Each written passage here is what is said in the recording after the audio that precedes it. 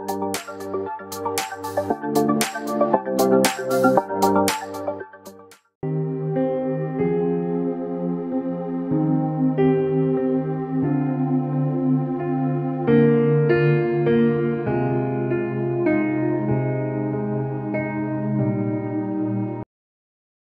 Lord. पुन्हा एकदा सर्वांचं मनपूर्वक स्वागत पास्टर मनोज तेलोरे मिनिस्ट्रीज या यूट्यूब चॅनलमध्ये. सर्व मातांना मातृदिनाच्या खूप खूप शुभेच्छा. Happy mother's day. त्या ठिकाणामध्ये एक व्हॉट्सअप नंबर दिलेला आहे. जर तुमच्या जीवनामध्ये जर काही प्रश्न असतील तर तुम्ही त्या व्हॉट्सअप नंबरवर नक्कीच तुम्ही शेअर करू शकता. जर तुमच्या जीवनामध्ये जर काही साक्ष घडली असेल तर ते साक्ष देखील तुम्ही त्या व्हॉट्सअप नंबरवर पाठवू शकता. तुम्हाला जर या ठिकाणामध्ये यायचं असेल, इथली जर काही माहिती हवी असेल, तो जर नंबर लागला नाही तर या 4 नंबरवर तुम्ही कॉन्टॅक्ट करू शकता. त्यातला पहिला नंबर आहे 9860274141. दुसरा नंबर आहे 9850144151. तिसरा नंबर आहे 9730319999 आणि चौथा नंबर आहे 9922882179. हे 4 शिल्हो पेंटिकॉस्टल चर्च सोलापूरचे अधिकृत नंबर आहे. या नंबरवर तुम्ही संपर्क साधू शकता. परमेश्वर अद्भुत कार्य करत आहे. एक 12 वर्षाचा मुलगा आहे आणि तो शाळेमध्ये पहिला नंबर त्याचा आला. आणि पहिला नंबर आल्यानंतर त्यांनी त्याच्या आईने विचारलं की तू खरंच एवढा हुशार आहेस का की तुझा पहिला नंबर शाळेमध्ये आला. तो म्हणाला, मी मनोज पास्टरांचे जे वचन असतात ते वचन मी ऐकत असतो. आणि मग त्यांनी विचारलं की रहस्य काय की तू पहिला आला. तो 12 वर्षाचा मुलगा आहे आणि त्याने एका ओळीमध्ये त्याचं उत्तर दिलं. तो म्हणाला, जिथे विषय गंभीर तिथे मनोज तेलोरे पास्टरांची प्रार्थना खंबीर. Praise Lord. सर्व गौरव परमेश्वराला. ब्रदर उमाकांत खळदकर ठाणे, ते त्यांची भाची ओवी, त्यांची सासू इंदुमती आणि पत्नी सुमिता यांना घेऊन 8/4/2025 खराडी पुणे या ठिकाणामध्ये झालेल्या सभेमध्ये ते आले होते.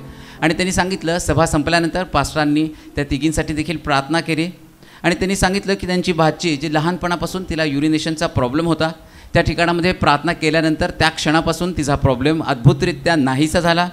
त्यांची पत्नी वेगवेगळ्या बंधनामध्ये अडकली होती. पास्टरांनी त्या मीटिंगमध्ये त्यांच्या पत्नीसाठी प्रार्थना केली आणि तिची सर्व बंधनं मुक्त झाले. आणि एवढंच नाही तर त्यांच्या सासूला दोन्ही कानांनी ऐकू येत नव्हतं, पण त्या ठिकाणामध्ये पास्टरांकडनं प्रार्थना करून घेतल्यानंतर त्यांना ऐकू देखील येऊ लागलं. म्हणून आपण सर्व गौरव परमेश्वराला देणार आहोत. आपल्या चर्चमधील प्रिन्स वाघमारे आंटींचा मुलगा, याचा देखील 9वीचा रिझल्ट लागला मागच्या आठवड्यामध्ये. आणि तो शाळेमध्ये त्या ठिकाणामध्ये पहिला आला. कारण त्या ठिकाणामध्ये जाण्याच्या आधी त्याचा विश्वास होता, जर मी पास्टरांकडनं प्रार्थना केली तर परमेश्वर अद्भुत कार्य करणार आहे. आणि शाळेमध्ये त्याचा पहिला नंबर आला. म्हणून आपण सर्व गौरव परमेश्वराला देणार आहोत. आज आपल्यामध्ये कोळेखे हे कुटुंब नगर या ठिकाणातून आलेलं आहे. त्यांची साक्ष आहे की काही दिवसापूर्वी ते परमेश्वराचं वचन ऐकत होते. पास्टर मनोज तेलोरे यूट्यूब चॅनलच्याद्वारे ते नेहमी वचन ऐकतात. आणि वचन ऐकत असताना त्यांचा विश्वास त्या वचनावर वाढला. आणि ज्यावेळेस त्यांची पत्नी त्यांची डिलिव्हरी होणार होती त्यावेळेस डॉक्टरांनी सांगितलं होतं की त्यांची नॉर्मल डिलिव्हरी होणार नाही, त्या ठिकाणामध्ये सीझर करावं लागेल. आणि ते वचन ऐकत असताना त्यांनी परमेश्वराला एक शब्द दिला की जर माझ्या पत्नीची नॉर्मल डिलिव्हरी झाली आणि जर सीझरचा जर खर्च झाला नाही तर मी ते सर्व पैसे परमेश्वराच्या मंदिरासाठी देणार. पण दवाखान्यात गेल्यानंतर परिस्थिती नेहमी काहीतरी विपरीत होत असते. डॉक्टरांनी सीझरचे पैसे आधी ॲडव्हान्समधनं त्यांच्याकडनं 50,000 घेतले आणि ते म्हणले मगच आता आम्ही तुमच्या मिसेसला आतमध्ये घेऊ. ॲडव्हान्स पैसे घेतले म्हणजे डॉक्टरांचं ठरलेलंच होतं. पण लक्षात ठेवा, त्या भावाचा विश्वास, त्या पतीपत्नीचा विश्वास परमेश्वरावर होता.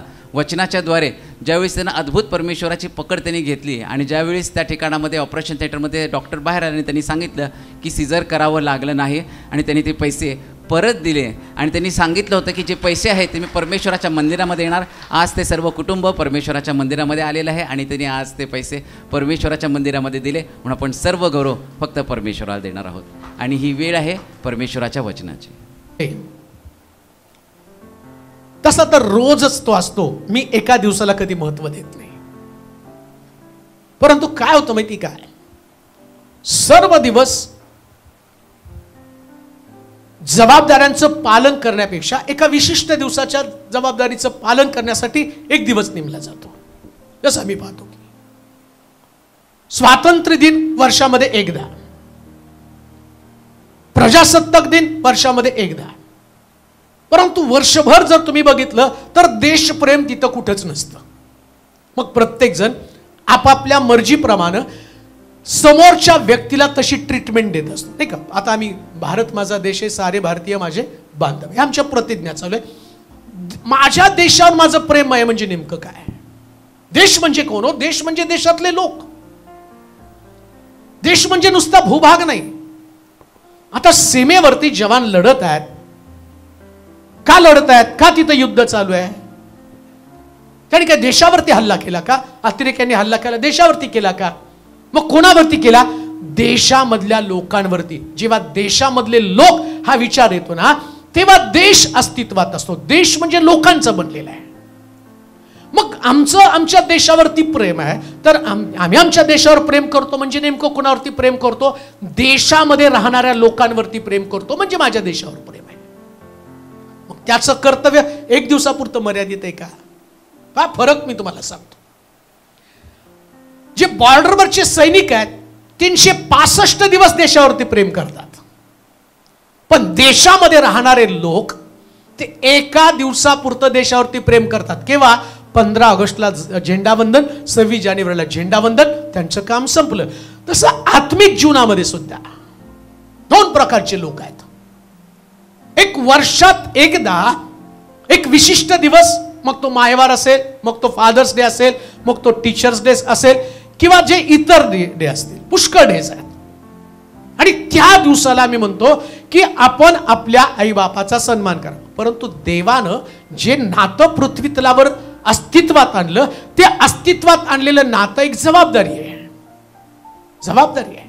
पत्नी जबाबदारी आहे, पती जबाबदारी आहे, आई वडील सुद्धा जबाबदार आहेत. एक जबाबदारीचं नातं आहे.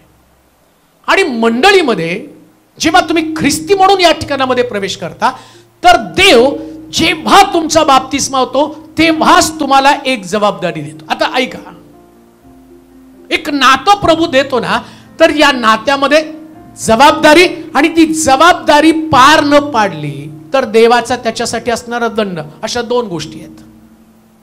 बघा, एक शास्त्रामध्ये असं दिलंय, एखाद्या पुरुषाला पूर्वी, आता जुन्या करातला नियम, त्याला लग्न करायचंय, तर लग्न करण्याच्या अगोदर जी मुलगी त्यानं पसंत केली, तर त्या मुलीसाठी काही रक्कम त्याला द्यावी लागते. कशाला द्यावी लागते माहिती? समजा त्यानं ती मुलगी नंतर त्याला पसंत झाली नाही, त्याने तिला सोडलं मधून, तर तिची आधीच तरतूद करायची की तू ती रक्कम त्या मुलीला देऊन टाकायची. समजा उद्या तुझं मन भरलं आणि तिला तू सोडून दिलं, तर मग तुला तिची जबाबदारी पार पाडायला नको म्हणून सोडून देशील. पण प्रभूनं तिची प्रोव्हिजन, तिची तरतूद केली आणि म्हटलं त्या गोष्टीसाठी तुला अगोदर त्या स्त्रीला आणि ती रक्कम द्यावी. हा जुन्या करातला नियम आहे, म्हणजे जबाबदारी आहे. तसं आईच्या बाबतीमध्ये सांगत असताना आज मी 2 गोष्टी सांगणार आहे. मी नेहमी लेकरांना सांगतो की तुम्ही आई वडिलांची आज्ञा पाळा, पण मी आज दरवर्षी ते सांगण्यात काही मजा नाही. मी एक आदर्श माता, तिचे गुण आज पवित्र शास्त्रातनं सांगणार आहे. आदर्श माता कशा माता असल्या पाहिजेत. जशी मुलांनी आई वडिलांची काळजी घ्यायला पाहिजे, आईची देखरेख केली पाहिजे.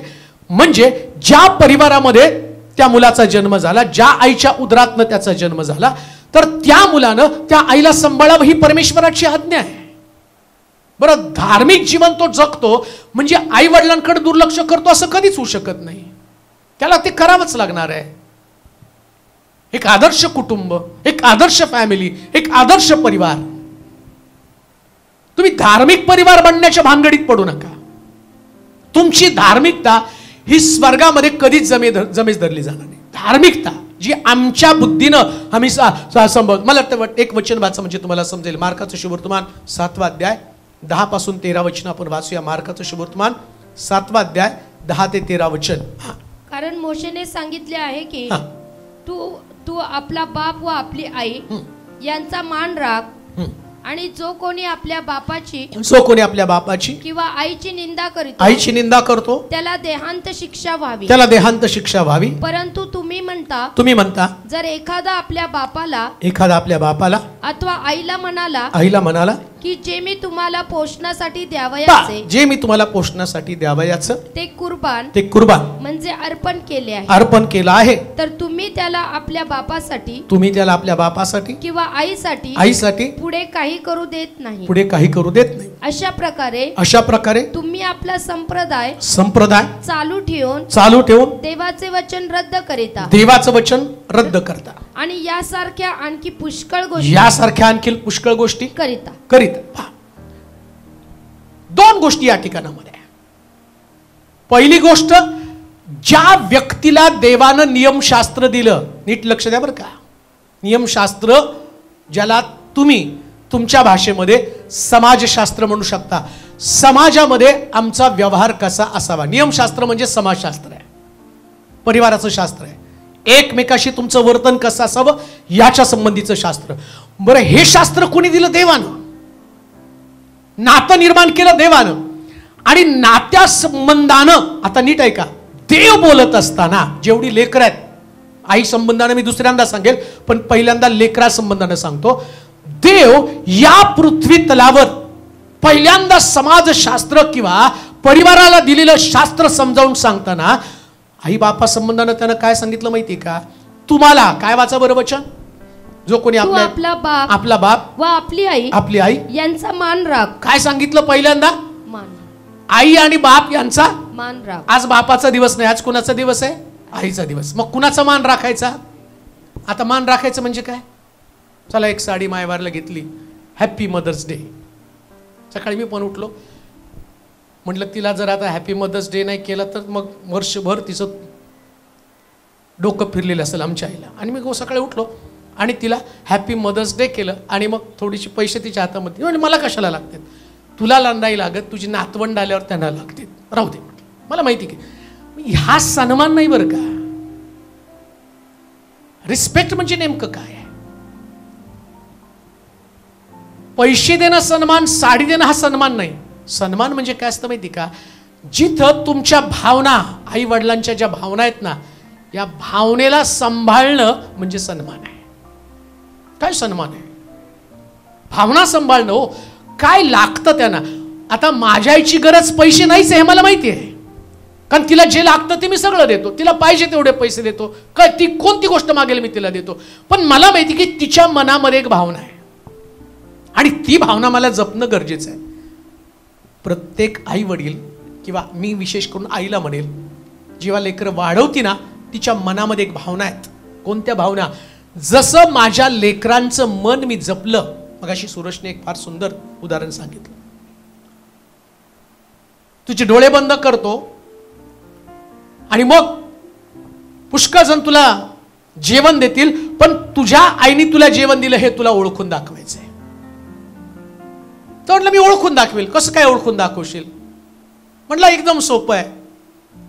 मी भाकर मागितली, अर्धी भाकर मागितली तर माझी आई मला एक भाकर देते, ती माझी आई आहे.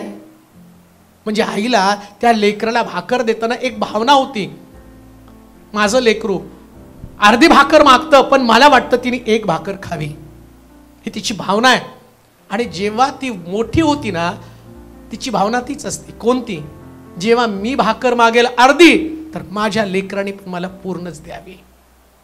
तिच्या फिलिंग्ज आहेत, तिच्या भावना आहेत. याला रिस्पेक्ट म्हटलंय, याला आदर म्हटलेला आहे. लक्षात घ्या, तुम्ही लहान असता त्यास आई मोठी होती, तुम्ही मोठे होता त्यास आई लहान बनते. देवाने एक असं सुंदर चक्र बनवलंय ना, बघा तुम्ही. लहान असताना तुम्ही हट्ट करता आणि आई वृद्ध झाल्यावर ती हट्ट करत असते. का देवानं असं निर्माण केलं? का हे चक्र निर्माण केलं? जेव्हा तिचं वय होतं ना, ती लहान लेकरासारखं तिचं वर्तन असतं आणि तुम्ही तिचे लाड पुरवता, तुम्ही तिच्या भावना सांभाळता. आणि बायबल सांगतं, स्वर्गातला देव तुम्ही भावना सांभाळत असताना तुमचा वृद्धपकाळ सुखकर करून ठेवत असतो. एक दिवस आम्ही त्या चक्रामध्ये जाणार असतो. तारुण्य, जोश, पैसा, ताकद एका मर्यादेपर्यंत टिकते प्रियांनो. एकदा सगळं संपलं, बघता बघता सगळे दिवस संपतात, वृद्धपकाळ आमच्याकडे येतो. ही गुंतवणूक आहे. कोणती गुंतवणूक?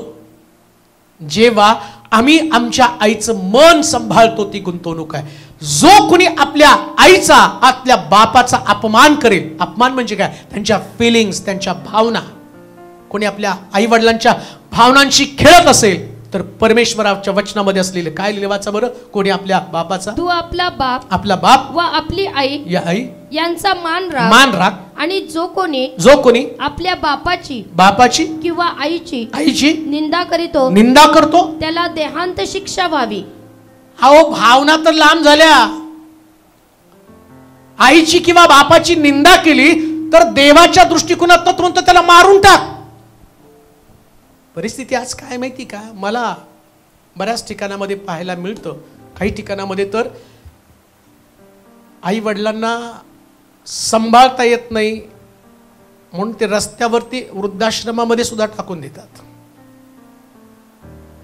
त्यांना असं वाटतं की आता यांचा भार कोणी, आम्हाला आमचं करिअर, आमचा परिवार, आमचं कुटुंब, आमचं जीवन. विचार करा हो, मला कधी कधी वाईट वाटतं. काही आई वडिलांकडे मी बघतो, लेकरं अपंग आहेत, चालू शकत नाहीत. ते आई वडील लेकरू अपंग आहे म्हणून त्याला टाकून नाही देत, काय जबाबदारीने सांभाळतात. मला त्या दिवशी फार खूप वाईट वाटलं होतं जेव्हा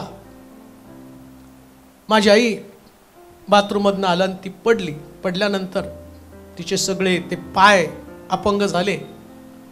मग माझ्याही डोक्यामध्ये ते आलं की अरे बापरे, आता हिला, मला तर असं बाहेर जावं लागतं, मीटिंगच्या तारखा दिल्यात आणि एवढ्या तारखा दिल्यानंतर त्या लोकांना कसं कॅन्सल करता येईल. प्रिपरेशन तयार झाली, 4 महिने अगोदर त्यांची तयारी झालेली आणि आता मला तिथं हिला असं ठेवून कसं जाणार आहे.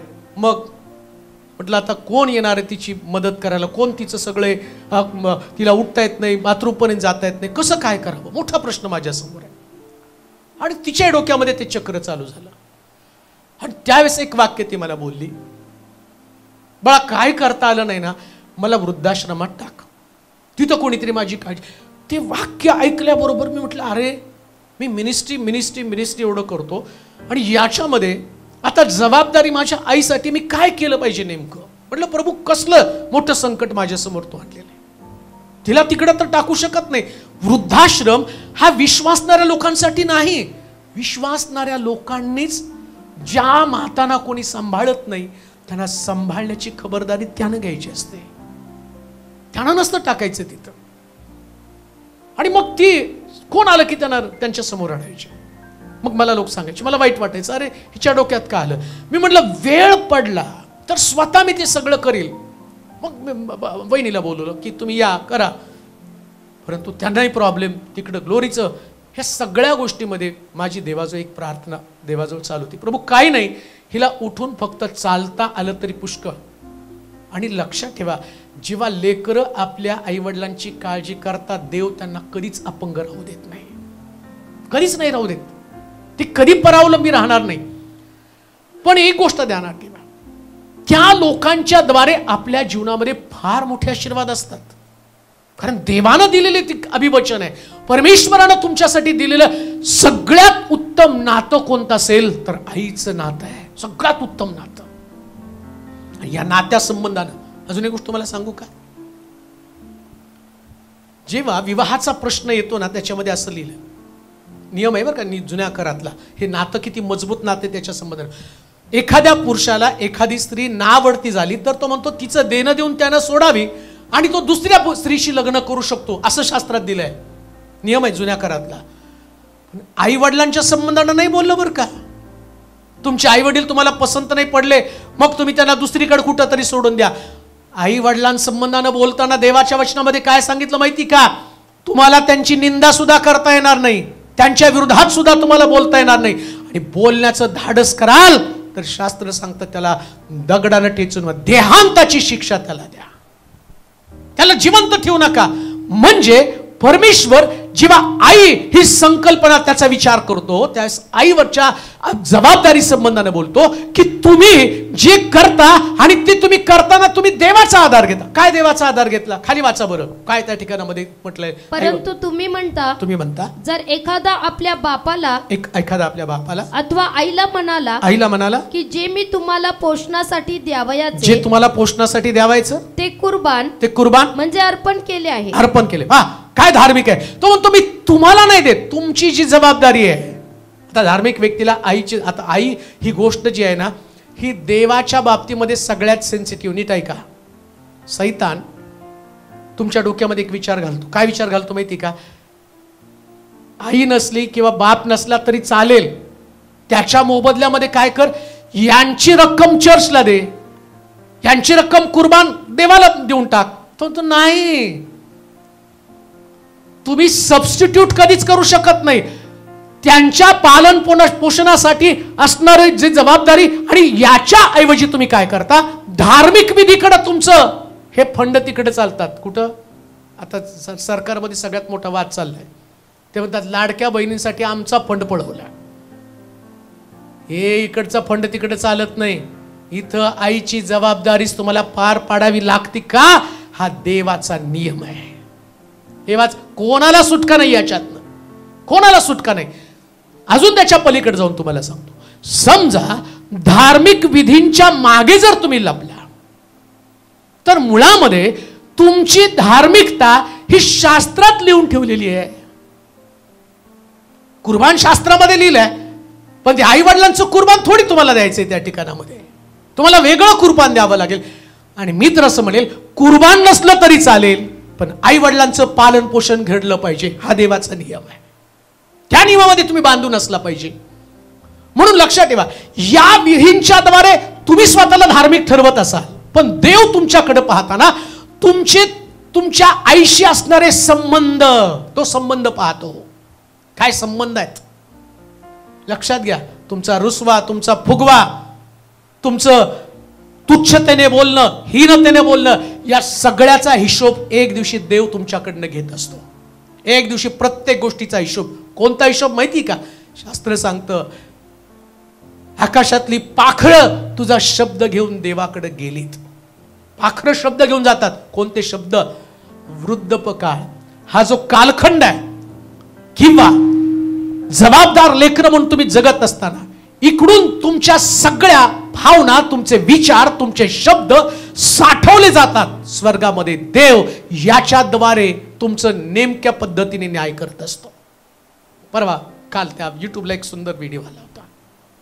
एक मुलगा आपल्या आईला घेऊन फिरायला येतो आणि त्या आईला बाकड्यावरती बस, इथं बस म्हटलं मी. ती म्हणते बाबा इथं कश, अरे मुला मला इथं का तू बसवलेलं आहे? तो म्हटलं नाही, जरा मी जाऊन येतो, माझं तिकडं काम आहे. म्हटली बाळा इकडचा रस्ता मला बिलकुल माहित नाही. म्हटलं काळजी करू नको, अगं मी जाऊन आत्ता येतो. मग खिशातले पैसे काढतो आणि तिच्या हातामध्ये देतो. अरे मी तू जाऊन येणार आहे, मग मला कशाला पैसे देतो? हसू दे गाई, तुझ्याकडे थोडे पैसे, मला उशीर लागला. अरे पण मला रिक्षा पण माहित नाही, कुठं जायचं रस्ता माहित नाही, मी काय सांगणार त्याला? तू निवांत बस, तू काळजी करू नकोस, बडबड करू नकोस, हे घे पैसे. मग ती पैसे घेतील, बसती मुलाची वाट बघत. दुपार झाली, संध्याकाळ झाली, रात्र उजडली. इकडून तिकडून बिरबिरत्या नजरेने मुलाला बघते. मुलगा काही आला नाही. तिला त्या बाकड्यावरती टाकून दिलं. वाट बघत बघत बिचारी वेडी होती. आणि मग एका रस्त्यावरती बसून जाणाऱ्या येणाऱ्याला हात करते आणि म्हणती काहीतरी खायला द्या. खाती, वेड्यासारखं वागती. आणि नेमका तोच मुलगा तिच्या जवळून जातो. ती त्याच्यासमोर हात पसरती आणि तो ब्रेडचा तुकडा तिला देतो आणि पुढे जातो आणि परत मागं वळून बघतो. तो पाहतो तर त्याची आई आहे, त्याच्यावर त्याचा मित्र आहे. तर काय झालं म्हटलं काय नाही काय नाही. या मावशीकडे तू पाहतो, या आंटीकडे पाहतो का? अरे तिच्या मुलानं तिथं त्याला आणून इथं सोडलंय आणि रोज इथं येऊन बसती मुलाची वाट बघत. लोक तिच्याकडे पाहतात, तिला खायला प्यायला देतात आणि बोलता बोलता म्हणतो असला मुलगा कोणत्या आईला जन्माला येऊ नये. ते ऐकल्याबरोबर तो मुलगा रडायला लागतो. परिस्थिती अशीच आहे. जेव्हा समोर असणारी आई, त्याचं गांभीर्य, त्यातले आशीर्वाद, त्याच्यामधल्या जबाबदाऱ्या तुम्हाला समजत नाही, एक दिवस बघणारे लोक, लोकापेक्षा सुद्धा बघणारा देव, त्यानं जर आमच्याविषयीचं मत वाईट केलं तर लक्षात ठेवा, देवानं सगळी चक्र घुमवायला सुरुवात केल्यावर एक दिवस तरुणपण निघून जातं, आमच्या वाटेला म्हातारपण येतं आणि आमची लेकरं, जसा आमचा व्यवहार त्यांच्याबरोबर तशी आमची लेकरं आमच्याबरोबर व्यवहार करतात. म्हणून प्रभू येशू ख्रिस्तानं सुद्धा जेव्हा क्रुसावरती गेला, एवढा देवाचा पुत्र असताना सुद्धा त्याला कळलं की अरे मी गेल्यावरती, काय त्याला मुलं नव्हती, मरियाला मुलं नव्हती, मरियाची काळजी घेणारं कोणी नव्हतं, पण तरी सुद्धा जेव्हा त्यानं आपल्या आईकडे पाहिलं, त्याचं ऊर भरून आलं आणि त्यानं आपली जबाबदारी पार पाडण्यासाठी म्हटलं, बाई हा पहा तुझा पुत्र योहान. त्यानं योहानाकडे जबाबदारी सोपवली. येशू स्वतः जाताना आपल्या आईची काळजी घेतो. अहो आम्ही त्याचे अनुयायी आहोत, आम्ही त्याला अनुसरत आहोत, मग काय आम्हाला आमच्या आई संबंधाची जबाबदारी, आमच्या आई संबंधानं आमचं अंतःकरण ज्या पद्धतीने असावं, या पृथ्वी तलावर तुम्ही केलेली आराधना, तुम्ही केलेली प्रार्थना, तुम्ही गायलेली गीत, याच्याकडे देव पाहत नाही. तुमचं मानवी व्यवहार, एकमेका संबंधानं, तुमच्या आई वडिलांसंबंधानं तुमचा व्यवहार, या व्यवहाराचं प्रतिफळ देव तुम्हाला देणार आहे. तो व्यवहार फार महत्वाचा आहे. म्हणून लक्षात ठेवा, जेव्हा आम्ही पृथ्वी तलावरती जगतो तेव्हा त्यांच्यासाठी असणारं प्रत्येक गोष्ट, जी गोष्ट तुम्ही करत आहात, धार्मिकता म्हणजे कुर्बान नव्हे, धार्मिकता म्हणजे देवाच्या मंदिरामध्ये दिलेलं दान नव्हे, धार्मिकता म्हणजे प्रभूनं दिलेली जबाबदारी पार पाडणं. आणि प्रभूनं दिलेली जबाबदारी कोणती? तो आपला बाप व आपल्या आई याचा सन्मान कर, ही जबाबदारी आहे, ही जबाबदारी आहे आणि ती तुम्हाला मरेपर्यंत पार पाडावी लागणार आहे. माझी मला गोष्ट सारखी बोलत असते, मला कोणाकडे सोडू नकोस. म्हटलं तुझ्या डोक्यात काय तसं मी तुला कोणाकडे सोडेल? म्हटली नाही रे, मला कधी कधी भीती वाटते की मी तुला जड होते का काय. अरे तू कशी काय जड होशील, तू तर माझ्यासाठी आशीर्वाद आहे. तू जड होणार ही शब्द येतोच कसा? मी तुला कधी जड झालो नाही. अरे 9 महिने पोटात ठेवलं, तुझ्या यातना, तुझा त्रास, तेव्हा मी तुला कधी जड वाटलो नाही. तू आनंदानं ग्रहण करून गर्भाशयामध्ये असताना अगदी पहिल्या दिवसापासून शेवटच्या दिवसापर्यंत वेदना, मला माहिती आहे एक आई पोटामध्ये बाळ ठेवताना तिला किती जड असतं. अहो साधं पोटावरती एखादं मी कोड घालतो ना, तो कोड घातल्यावरती सुद्धा मला असं वाटतं जड जड, 1 तास 2 तास मला जड वाटतं. त्या आईनं, त्या स्त्रीनं 9 महिने उदरामध्ये या बाळाला घेऊन फिरली, तिला कधी जड झालं नाही. मग आता आम्हाला कसे जड होऊ शकतात? का प्रभू पाहत नाही का या गोष्टीकडं? म्हणून लक्षात ठेवा, ते तुमच्यासाठी अडखण नाही, ते तुम्ही त्यांचा आधार पण नाहीये. मी माझ्या आईचा आधार नाही, माझी आई माझ्यासाठी देवानं दिलेली जबाबदारी आहे. आणि मला स्वर्गामध्ये जाईपर्यंत, प्रभूचं आगमन होईपर्यंत, या पृथ्वी तलावर राहीपर्यंत ती जबाबदारी समर्थपणे पार पाडणं म्हणजे माझ्या धार्मिकतेचा एक अंश झाला. अजूनही मी धार्मिक नाही, एक जबाबदारी मी पार पाडलेली आहे. म्हणून त्यांच्यासाठी कुरकुर असू देऊ नका, त्यांच्यासाठी अपशब्द असू देऊ नका, त्यांना दोष देऊ नका.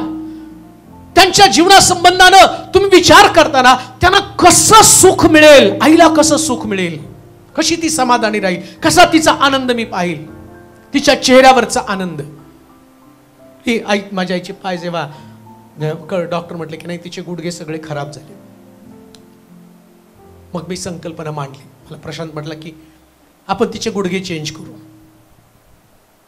म्हटलं किती खर्च आहे? मग मी त्या ह्याच्यावरती सर्च केलं गुगलवरती, मग सांगितलं की चांगल्यातली चांगली शस्त्रक्रिया करायची तर 5 ते 6 लाख रुपये तुम्हाला खर्च येईल. म्हटलं तर चर्चचं बांधकाम आहे, परंतु म्हटलं चर्च पूर्ण होईपर्यंत ते सगळं पूर्ण करायचं आणि तिला गुडघे बसवायचे. बरं, मला बँकेकडनं सारखे कॉल येतात, आम्ही तुम्हाला 10 लाख लोन देऊ, 10 लाख लोन देईल. म्हटलं ठीक आहे, काही प्रॉब्लेम नाही, जरी करायचं म्हटलं तर 10 लाख रुपये सहज लोन मिळेल आणि मीटिंगला गेल्यावर ते असंच पिटून जाईल, काही विशेष नाही. मग तिला म्हटलं काळजी करू नको, तुला चालता येत नाही ना, आपण तुझे गुडघे बदलू. मग तिला पण वाटलं. मी म्हटलं अरे असं डॉक्टर सांगतात गुडघे बदलले तर तू पळशील. ती म्हणली पळशील नाही बाबा, वर खाली करता आलं तर पुष्कळ झालं. मग ती पण तयार झाली की चला मला गुडघे बदलायची. मग नंतर ते आता देवालाच तिला चालवायचं होतं. मग पेपरला सारखं यायला लागलं, गुडघे बदलू नका, बदलले की 6 महिने पडून राहत. मग मी आलो गावावरून. मी सारखं चौकशी करतो की ते गुडघे कुठं बदलतात, चांगले कोण आहे ते विचारायला लागलो. आले बाबा मला गुडघे नाही बदलायचे. म्हटलं का? अरे 3 महिने पडून राहावं लागतं. आणि मग नाही मला आता चांगलं, बघ तुला चालवून दाखवते, ठेपेकलं वॉकर, हे बघ चालायला लागले. मी एक गोष्ट म्हटलं अगं हे पण तुझ्या समाधानासाठीच आहे, तुझे गुडघे बदलायचे नाहीत. मग तुला तर थोडी मला आदू करायचंय, तुझं दुःख कमी व्हावं, तुला या वयामध्ये वेदना होऊ नये म्हणून मी तुझे गुडघे बदलत होतो. तुला बेडवरती पडण्यासाठी नाही गुडघे बदलणार होतो, तुला त्रास व्हावा नाही, तुझा त्रास कमी व्हावा. तुला जर याही स्थितीमध्ये आनंद वाटतो ना, तर तुझा आनंद हाच माझा आनंद आहे. हो, या फिलिंग्स, या भावना असतात, कधी कधी सांभाळावं लागतात. का तर देवाचे लोक म्हणून प्रभूनं हे नाते जे आम्हाला दिलेत ना, या नात्याचं गांभीर्य, या नात्यामधलं असणारं पावित्र्य आम्हाला सांभाळावं लागतं. सारखं तिच्याकडे बघतो.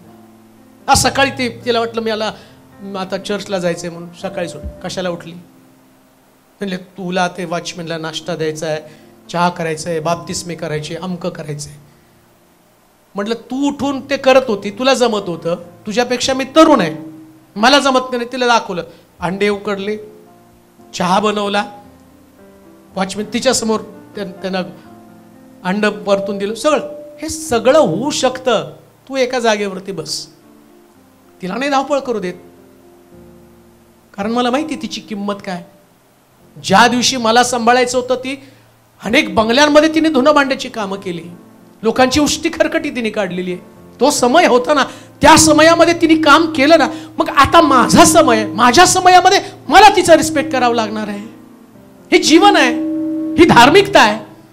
आणि या धार्मिकतेसाठी प्रभू तुमच्याकडे बारकाईनं पाहत असतो. नाही तुम्ही आता मला हे होत नाही, मी ते करू शकत नाही, या प्रकारच्या भावना तुम्हाला कधीच आदर्श बनवत नाही. त्यांच्या फिलिंग्स, त्यांच्या भावना, हो तुमच्यासाठी तिने सगळी नाती तोडलेली असतात. मला माहिती की जेव्हा लग्न होतं ना, पती पत्नी एकमेकासाठी जगतात, एकमेकाशी फिरणं, एकमेकाशी बोलणं, काळजी घेणं, तिला काय आवडतं, बायको नवऱ्याला काय आवडतं, त्याच्यासाठी दिवस रात्र धडपडत असते. पण जेव्हा ती आई होती ना, ती नवऱ्याची काळजी करत नाही, लेकराची काळजी करते. हे आईचं नातं तसं असतं. आईचं नातं तसं आहे की आपल्या पतीसाठी, आपल्या घरातल्या लोकांसाठी कधीच नसते हो जगत.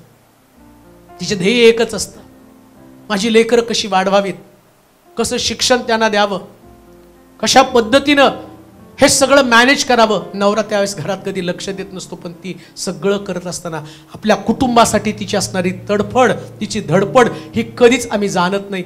परंतु जेव्हा ती सगळं करून निश्चिंत बसलेली असती, त्यास आम्हाला तिचं बसणं सुद्धा आम्हाला कठीण वाटतं. तिच्याविषयी आमच्या डोक्यातले विचार बदलून जातात. देवाचे प्रिय लोक, आज परमेश्वर आमच्याकडे पाहत असताना जशी आदर्श माता, तशी आदर्श लेकर आम्ही बनलं पाहिजे. तेव्हा आमच्याकडे पाहत असताना प्रभू म्हटलं पाहिजे, प्रभू तुझं वचन आम्ही पाळलं, तुझ्या वचनाच्या बाहेर नाही आम्ही गेलो, तुझ्या इच्छेप्रमाणे मी जगलो, तू सांगितलेली जबाबदारी मी पार पडली. प्रभू येशू ख्रिस्त जेव्हा म्हणतो हे मरिये हा पहा तुझा पुत्र योहान, योहाना ही पहा तुझी आई, आणि त्यावेळेस तो शेवटचं वाक्य बोलताना म्हणतो आता पूर्ण, काय पूर्ण झालं? अरे कुर्बान झालो म्हटल्याप्रमाणे 39 माराचे फटके पाठीवरती घेतले, जगाच्या उद्धारासाठी हातामध्ये खिळे ठोकून घेतले, डोक्यामध्ये काट्यांचा मोड घातला, आणि जेव्हा आईकडे पाहतो तो म्हणतो पूर्ण झालं. तिला सुद्धा मी अनाथ आणि एकटं सोडलं नाही. शिक्षण घ्याल, उच्च प्रकारची नोकरी मिळवाल, मान सन्मानाचं पद मिळवाल, घरदार बांधून सगळं मोठी प्रतिष्ठा मिळवाल, पण जेव्हा आपल्या आईकडे पाहाल तेव्हा तुमच्या मुखातनं शब्द आला पाहिजे, देवा हे सगळं मिळवलं, पण याच्यापेक्षा आज माझ्या आई संबंधानं असणारी माझी जबाबदारी मी पूर्ण केली, तेव्हा तुम्ही पूर्ण होता, तेव्हा पूर्ण होता. जगामध्ये असणाऱ्या गोष्टी मिळवलं म्हणजे पूर्ण नाही झालं. जगामध्ये मान सन्मान मिळवला, पैसा मिळवला म्हणजे पूर्ण नाही झालं. येशू ख्रिस्तानं देवाचा पुत्र असताना सुद्धा त्यानं काय केलं तर बायबल सांगतं त्याने आपल्या आईची जबाबदारी पूर्ण केली. आईची जबाबदारी पूर्ण करा. अपशब्द, शिव्याशाप आपल्या मुखातनं आपल्या आईसाठी कधीच निघू देऊ नका. तुमची आई जेव्हा लहानपणी तुम्हाला कोणीतरी शिव्या देतं ना, कमरेला पदर खोचून तुम्ही गुन्हा केला का नाही केला हे न पाहता त्या व्यक्तीच्या घरामध्ये घुसून कुठल्या गोष्टीची पर्वा न करता माझ्या लेकराला या मुलानं रडवलं त्याची तक्रार घेऊन तिथं जातं आणि इतकं वाद करते ती. आणि जेव्हा तिच्या मुलाच्या तोंडावरती हसू बघते ना, तेव्हा तिला समाधान मिळतं की माझ्या मुलाला ज्याने दुःखी केलं आज त्या व्यक्तीला मी बघून आले. जेव्हा आता ती त्या समयाला येते ना, तुम्ही कशी काय तिची निंदा करू शकता, कसे अपशब्द बोलू शकता, कसं तुमचं अंतःकरण ते दिवस आठवत नाही की तुमच्या आईनं तुमच्यासाठी कशा पद्धतीचे शब्द व्यक्त केलेले आहेत. मला कधी कधी त्या मुलांची कीव येते. का त्यांना तो प्रसंग आठवत नाही, का त्यांना ते दुःख आठवत नाही, का त्या गोष्टी आठवत नाही. मी जेव्हा संकटात सापडलो, माझी आई माझ्या बरोबर थांबली. त्यावेळेस मला या परिस्थितीतनं मार्ग कसा बाहेर पडेल हे मला कळत पण नव्हतं. पण ती आली, ती म्हटली घाबरू नको, काय होईल ते आपण पाहू. तेव्हा मला कळलं, 4 घरचे दोन भांडे करून येणारी बाई माझ्याकडे काही नसताना माझ्या बाजूला थांबते आणि मला सांगते घाबरू नको, मी तुझ्या बरोबर आहे. हे आईचं काळीच तेव्हा असतं. आणि जेव्हा आईला तुमची गरज असते ते त्याच पद्धतीने तेवढ्याच खंबीरपणे तुम्हाला सांगावं लागतं घाबरू नको, मी तुझ्या बरोबर आहे, घाबरू नको, मी तुझ्या बरोबर आहे. लक्षात ठेवा, हे परमेश्वर आमच्या संबंधांना अपेक्षित करत आहे. आपला बाप व आपल्या आई याचा सन्मान कर, आदर असू द्या तुमच्या अंतःकरणामध्ये. आणि म्हणून काय लिहिले वाचा त्या वचनामध्ये, कारण मोशेने सांगितले आहे, मोशेनं सांगितलं आहे, तू आपला बाप व आपली आई यांचा मान राख.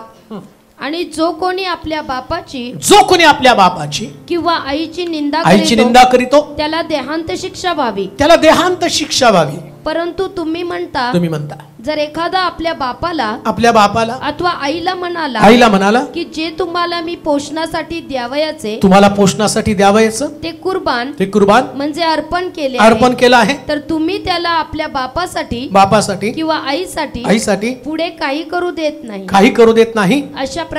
अशा प्रकारे तुम्ही आपला संप्रदाय चालू ठेवून देवाचे वचन रद्द करीता. तुम्ही अर्पण करता पण पालन पोषण करत नाही. नीट आहे का? अर्पण आहे तुमच्याकडं, सगळं काही तुम्ही धार्मिक आहात, पण जिथं पालन पोषण आहे ते पालन पोषण करत नाही. तो म्हणतो तुम्ही तुमचा संप्रदाय तयार केलेला आहे. कोणता संप्रदाय?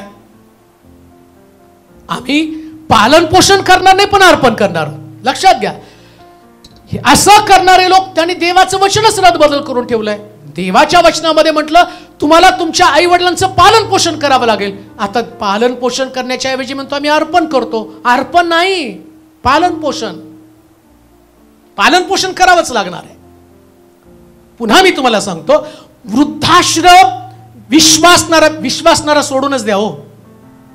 ख्रिस्ती व्यक्तीसाठी वृद्धाश्रम नाही, ख्रिस्ती व्यक्तीनं वृद्धाश्रम काढावा, पण ख्रिस्ती व्यक्तीची आई वडील वृद्धाश्रमात नको आहे.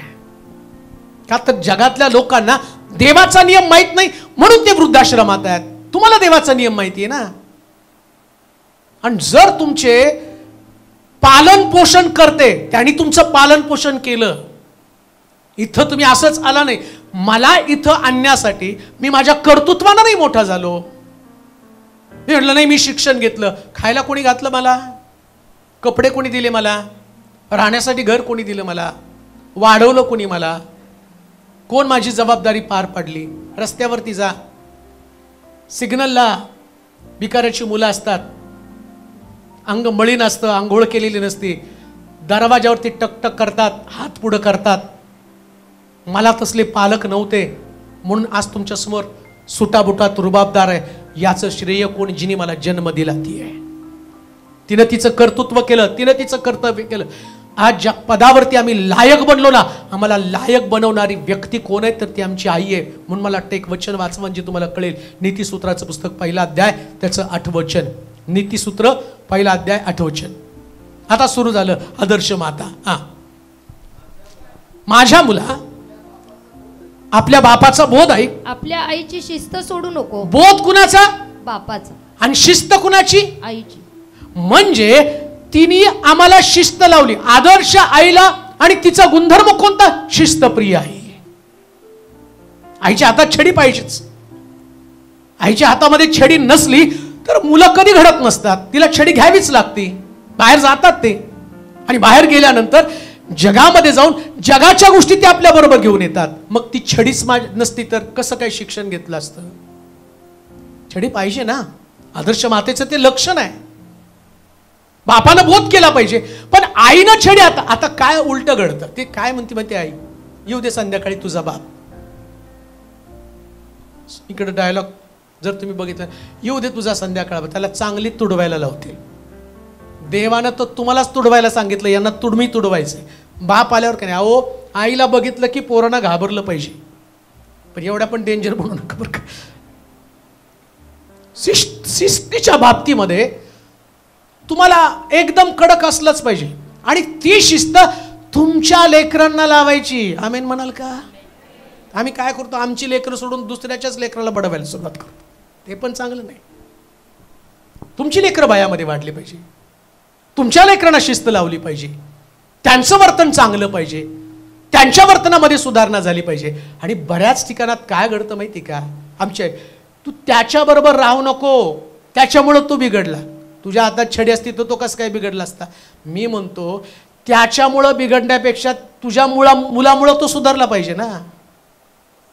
त्यानं सुधारलं पाहिजे. म्हणजे ऑलरेडी आमचं आकर्षण ते असतं. जर लेकरांना कळलं की आमच्या घरामध्ये चालत नाही म्हणजे, मला आठवतं मी कॉलेजला असताना आमचे मित्र होते, मग कॉलेजमधले हुशार विद्यार्थ्यांबरोबर मी राहायचो. एक दिवशी एक दुकानदार पण माझा मित्र होता, आणि मग कॉलेजमधला एक मित्र आणि दुकानदार एक मित्र त्याच्याशी ते म्हणते, चल आज आपण हॉटेलमध्ये जेवायला जाऊ. म्हटलं चांगली गोष्ट आहे. पण म्हणलं बा माझ्याकडे पैसे नाही, माझ्याकडे नसायचेच पैसे, कारण आमच्या घरामध्ये पैशाची बोंब असायची. त्याला काळजी करू, आम्ही तुला खायला घालतो. मग गेलो आम्ही पुण्यातलं फेमस हॉटेल, गेलो तिथं बसलो. मग त्यांनी बाटल्या मागवल्या बिअरच्या. म्हटलं पी. मला लगेच आई आठवली. हा बिअर फुकट देतो, पण फटके खायला हा येणार नाही. तिथं जर मी छड्या खाल्ल्या तर माझी बिअर 2 मिनिटात डाऊन होऊन जाईल. मला आठवलं आपल्या घरात ते चालत नाही. बरं, तिकडं त्या मुलाची आई ती पण खपून घेत नव्हती, पण त्यानं डेअरिंग केलं. तो म्हटलं नाही रे, मी घेतोय ना. मी म्हटलं अरे तू सुद्धा पितो, मला माहित नाही म्हटलं तू घेतो. तू घेत असला तर तुझ्याशी मैत्री पण केली नसती. म्हटलं जाऊ दे रे, कुठं आपले आईबाप आपल्याला बघायला. म्हटलं बाबा मला जमणार नाही, आमच्या घरात ते चालत नाही, आणि मी चर्चला जातो म्हणून तुम्हाला बिलकुल जमत नाही. मग ठीक आहे म्हटला, एक काम कर, तू थम्सअप पी. मी थम्सअप पिलं. ते चकना म्हणून शेंगा त्या बिअर बरोबर खात होते. म्हटलं लय झालं ना तर हा चकना खातो, तुमच्यावर शेंगाच आहेत ना, तुम्ही बिअर प्या, मी थम्सअप पितो. पण लक्षात ठेवा, त्या दिवशी जर माझा निर्णय चुकला असता आणि मला माझ्या आईची भीती नसती, हे शास्त्र हातात कधी आलं नसतं. कायम दारूची बाटली असती आणि कुठंतरी गटारामध्ये पडून माझं जीवन संपलं असतं. पण धन्य ती आई जिने माझ्यावरती दहशत घातली आणि तिने सांगितलं या प्रकारच्या गोष्टी आपल्याला चालत नाही. हीच गोष्ट आपल्या लेकरांना तुम्हाला शिकवायची. लेकर जगामध्ये जाणार, तुमच्या अपरोक्ष काही गोष्टी ते करणार आहेत, पण तुम्हाला तुमची लेकरं चेहऱ्यावरून ओळखता आली पाहिजे. एक वैशिष्ट्य बरं का, ही मंडळी मी एवढी 27 वर्ष चालवली ना, एका झटक्यात मी प्रत्येकाच्या चेहऱ्यावरून ओळखत असतो. मला काही सांगायची गरज नाही.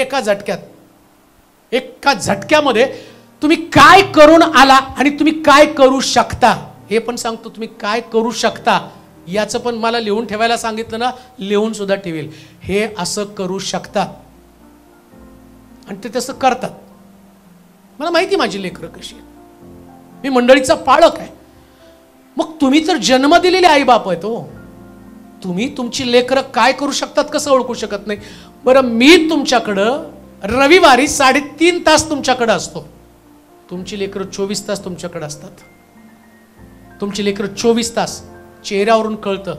मला चेहऱ्यावरून कळतं हा आनंद आहे. कोणी नुसतं हसलं तरी मला कळतं त्याच्या हसण्यामागं काय भावना आहे. कोणी चेहरा दुःखी केला तरी मला कळतं. कोणी चेहरा नुसता फुगवला तरी मला कळतं हा का फुगलेला आहे. मला सांगावं पण लागत नाही हा का लगेच मी ॲनालिसिस करतो याच्यामुळं. मग तुम्हाला तुमच्या लेकरांच्या बाबतीमध्ये कळू शकत नाही का? आदर्श आईचं लक्षण तेच आहे. जेव्हा ती आई आपल्या लेकराची अवस्था बदलती, बिघडलेली अवस्था बघती, आपल्या हातामध्ये छडी घेती, बाप बोध करतो पण आई शिस्त लावते. हे शिस्तप्रिय जीवन प्रत्येक आईनं अंमलात आणलंच पाहिजे. काही वेळेस लेकरांना मारताना वाईट वाटतं, पण कोणी छडी आवरतो तो आपल्या लेकराचं अहित करतो. छडी नाही आवरायची कधी. आज ती छडी खाल्ली ना तर भविष्यामध्ये त्याला ती आठवण येते, नाही माझ्या आईला ते आवडत नाही म्हणून तिने मला मारलं होतं. ती चापट, ती छडी, ते बोल, जे शब्द, ज्या शब्दानं त्यांचं अंतःकरण दुखावलं जातं ते शब्द बोललेच पाहिजे. तसे नाही संस्कारित होणार लेकरं. त्यांना काही वेळ वाईट वाटतं, काही वेळ ते म्हणतात आम्हाला कशाला तुम्ही जन्माला घातलं. मी मारत होतो डायलॉग. मग आम्हाला सांभाळता येत नाही तर जन्माला कशाला घातलं. अमिताभ बच्चननी पण डायलॉग मारला. त्यांनी आपल्या बापाला, त्याला कुठंतरी कॉलेजला ॲडमिशन घ्यायचं होतं, ते पैसे नव्हते. चिठ्ठी लिहून रात्री, आता बापाला बोलायचं कसं, बाप डेंजर आहे. मग त्यांनी चिठ्ठी लिहून ठेवली, एवढा संघर्ष करत आहे, मला ॲडमिशनला पण पैसे नाहीत, मग आम्हाला जन्माला कशाला घातलं. त्याचा बाप तर कवी, त्याने दुसरी चिठ्ठी लिहून ठेवली, तुझ्या जन्माच्या वेळेस मला नव्हती एवढी अक्कल जेवढी तुला आली. आता तू तुझ्या मुलाला विचारून जन्माला घाल, मी घालू का नको, माझी तरतूद झाली तर. हे डायलॉग सोपं आहे. वास्तव जीवन जगताना ज्या पद्धतीचे संस्कार करताना शिस्त लावत असतात, त्या शिस्तीमागं हा प्रश्न कधीच तुमच्या समोर नसतो, आम्हाला जन्माला कशाला घातलं. जन्माला यासाठी घातलं की तुम्ही शिस्तबद्ध पद्धतीने जीवन जगावं आणि देवाच्या नियमामध्ये आम्ही उतरून पडावं. देवाचे नियम आहेत ते. परमेश्वर तुम्हाला तुमच्या लेकरांचा हिशोब विचारणार आहे. मी नाही हिशोब विचारणार, देव हिशोब विचारणार आहे. तुमचे लेकरं चुकली, तुमचे लेकरं मार्ग भटकून गेली, मग आदर्श माता बनणार कसं? नुसतं आई बनू नका. लेकरं जन्माला घातली म्हणून तुम्ही आई झाला असं नाही, आदर्श आई बनलं पाहिजे. आणि आदर्श आईचं वैशिष्ट्य काय? ती आपल्या मुलांना शिस्त लावती. सगळ्या बाबतीत शिस्त असली पाहिजे. तुमची लेकरं शिस्तप्रिय असली पाहिजे. काय बोलतात, काय विचार करतात, कोणाला उलट बोलतात, पहिलं उलट बोलल्यावर पहिले चापट त्यांना मारा. थोरा मोठ्यांचा सन्मान करणं त्यांना शिकवलं पाहिजे. एकमेकाचा आदर करणं शिकवलं पाहिजे. जर ते उठून कोणाचा पण अपमान करत असतील तर ही गोष्ट घृणास्पद आहे, तिरस्कृत गोष्ट आहे. याच्यानं तुम्ही देवाचं गौरव कमी करत आहात. परमेश्वर तुमच्याकडे पाहताना तुमचं वर्तन, तुमची भाषा, तुमचे विचार, तुमच्या कृती या सगळ्याला दोषी कोण धरणार? आईला दोषी धरणार आहे. आई दोषी असणार आहे त्याला. तुमच्या मुलाच्या मुखातनं, तुमच्या मुलीच्या मुखातनं, तुमच्या लेकराच्या मुखातनं निघणारे शब्द, या शब्दानं कोणाची टिंगल, या शब्दानं कोणाचा अपमान, या शब्दानं कोणाला दुखावणं, या सगळ्या गोष्टीला जबाबदार कोण? देवाच्या वचनामध्ये आई सांगितलेले शिस्त तिने लावायची असती. म्हटलं आपल्या शिस्त मोडू नकोस. म्हणून मातांनो लक्षात ठेवा, तुमच्या लेकरांना शिस्त लावण्यासाठी माग पुढं कधी पाहू नका. परमेश्वरानं तुम्हाला दिलेला हे विशेष प्रकारची जबाबदारी, मी अधिकार नाही म्हणणार, जबाबदारी ती तुमची. चुकलेल्या गोष्टीला त्यांना अडखण करा, त्यांना अडचणीत आणा, त्यांना सांगा ही गोष्ट चुकीची आहे. चुकीची म्हणजे चुकीची, एकदम चुकीची गोष्ट आहे. मला आठवतं मंडळीमध्ये देवाने खूप चांगले लोक ठेवलेत, परंतु मला काही लोकांसंबंधानं फार मी सकाळी बसल्यावर त्या गोष्टीचा विचार करत होतो. आज इथं नाहीये, पुण्याला आमची मावशी, सचिनची मम्मी, आणि त्याचे वडील दोघं पण असायचे. त्यांना नव्हतं कळत काय, पण मला लेकरांचं हावभाव, त्यांचं वर्तन, मी पहिल्यापासून सेन्सिटिव्ह असल्या कारणानं मला ते कळायचं. मग मी त्यांना रागवायचो, दंड द्यायचा. मग कदाचित ती लेकरं मग म्हणायची असं नाही, ती घेऊन यायची माझ्याकडं. आमची मावशी ती त्याला नाही, तू त्याला जी शिक्षा देशील ती मला मान्य आहे. आणि त्यांना सांगायचे, त्याला नाही बोलायचं, तो देवाचा सेवक आहे, तो जे सांगतो तेच योग्य आणि तसंच तुला करावं लागेल. त्या सचिनला ते एवढे बोलायचे, बरं तो पण तसा चांगलाच होता, पण एवढे त्याला बोलायचे. आणि मला तिचं कौतुक वाटायचं. तो तिचा सक्का मुलगा आहे, मी तिच्या बहिणीचा मुलगा आहे, पण ती पाळक म्हणून माझ्याकडे बघती आणि ती सांगती ते सांगतो ते योग्य आहे. शिस्त, ह्या चुकीच्या गोष्टी तू केल्या तर तो तर, आणि ती मला तुला जसं त्याच्याशी वर्तन करायचं तसं कर. काय शिस्त आहे. परिणाम काय झाला? रिस्टॉरेशन होतं, पुनर्बांधणी होती, उभं राहणं होतं. चुकतात लेकरं, चुकलेल्या लेकरांना उभं करण्यासाठी आईनं शिस्तीचं हत्यार आपल्या हातामध्ये घेतलं पाहिजे. त्यांचे दोष, त्यांचे गुन्हे कधीच त्यांनी लपवता कामा नये. आणि त्या गुन्ह्यांवरती पांघरून घालणारी माता कधी आदर्श माता होऊ शकत नाही. तुम्हाला शिस्त लावावं लागते. म्हणून आदर्श मातेचा गुणधर्म काय, तर त्या ठिकाणामध्ये आम्ही पाहतो तिच्याकडे शिस्त. आता बघा, शास्त्रामधनं एक गोष्ट तुम्हाला सांगतो. जेव्हा शमशोनाचा जन्म व्हायचा होता तेव्हा या माता पितांनी परमेश्वराच्या दूताकडे जाऊन विचारलं की जन्माला येणाऱ्या बालकाचं संगोपन असं आम्ही कसं करावं. ऐका बरं का, त्यास प्रभू त्यांना बोलला, देवाचा दूत त्यांना बोलला, पण जो जन्माला येणार आहे तो नाझीर आहे. तो नाझीर असल्या कारणानं या नाझीराच्या डोक्याच्या बटा कधी काढल्या जाऊ नये. आता शमशोनाच्या आईनं लहानपणापासून त्याला ती शिस्त लावली. कोणती? सगळी स्टाईल कर पण आपल्या बटा काढू नकोस. आपल्या बटा नाही काढल्या पाहिजे. त्या मुलानं ते संस्कार घेऊन वाढायला लागला. एक दिवशी त्याच्या डोक्यामध्ये आलं, माझ्या आईनं सांगितलेलं ते मी आता, आणि ती शिस्त मी मोडणार आहे. त्यानं पुष्कळ वेळा प्रयत्न केला की बटा काढल्या जाऊ नये, बटा काढल्या जाऊ नये, बटा काढल्या जाऊ नये. दलीला 3 वेळा फसवलं, पण चौथ्यांदा शमशोनानं आईची शिस्त मोडली. परिणाम काय झाला? त्याच्या आईने त्याला शिस्त लावली होती, बटा गेल्या, आणि बटा गेल्यावर शमशोनाचे डोळे फोडले आणि शास्ता आज जेलमध्ये बसून दळण कांडण करत बसला. हे शिस्त आहे. तुमची शिस्त तुमच्या लेकरांवरचे आशीर्वाद टिकून ठेवणार आहे. तुमची शिस्त तुमच्या लेकरांवरचा अभिषेक टिकून ठेवणार आहे. तुमच्या लेकरांना ती शिस्त लावा, शिस्त लावा. त्यांना देवाचं भय त्यांच्यामध्ये निर्माण करा. थोडा मोठ्यांचा सन्मान करण्याची शिस्त त्यांच्यावरती लावा. आणि अजून एक गोष्ट तुम्हाला सांगतो, शिस्तीमुळे अभिषेक येतो आणि शिस्त मोडल्यामुळेच अभिषेक निघून जातो. शमशोनाचा अभिषेक निघून गेला का, तर त्याच्या आईनं लावलेली शिस्त त्यानं मोडली, पण तिनं ते सांभाळलं ना. अजून पलीकडे जाऊन सांगतो बघा, आता मोशेच्या आईनं, फारोच्या राजवाड्यामध्ये वाढणारा मोशे राजवैभवामध्ये राहत होता, पण तिने शिस्त काय लावली? बाळा तू मिस्त्री नाही, तू इब्री आहेस. आणि परिणाम काय झाला? मोठा झाल्यावर शमशोनानं बटा घालवल्या, मोशेनं नाही बटा घालवल्या. मोशे 40 वर्षाचा झाल्यावर त्यानं पापाचं क्षणिक सुख भोगण्यापेक्षा देवाच्या लोकांबरोबर दुःख भोगणं पत्करलं. परिणाम काय झालं? 30 लाख लोकांचं नेतृत्व केलं. 30 लाख लोकांचं नेतृत्व. जेव्हा शिस्त लावता तेव्हा तुमची लेकरं नेतृत्व करतात. म्हणजे तुमची शिस्त नेतृत्वासाठी आवश्यक आहे. त्यांना शिस्त लावा. सगळ्या गोष्टीत शिस्त लावली पाहिजे. अभ्यासाच्या बाबतीमध्ये, उठण्याच्या बाबतीमध्ये, जेवणाच्या बाबतीत, सगळ्यात शिस्त बरं का. नुसतं एकाच गोष्टीत शिस्त नाही, सगळ्यात शिस्त. बोलताना पण शिस्तबद्ध पद्धतीने बोललं पाहिजे. बसल्यावर त्याने शिस्तबद्ध, कसं पण पाय पसरून वाकडं तिकडं, मग कळतं तुम्ही कसे आहेत. तुमची लेकरं बसल्यावरच कळतात. यांना घरामध्ये रट्टे मिळतात.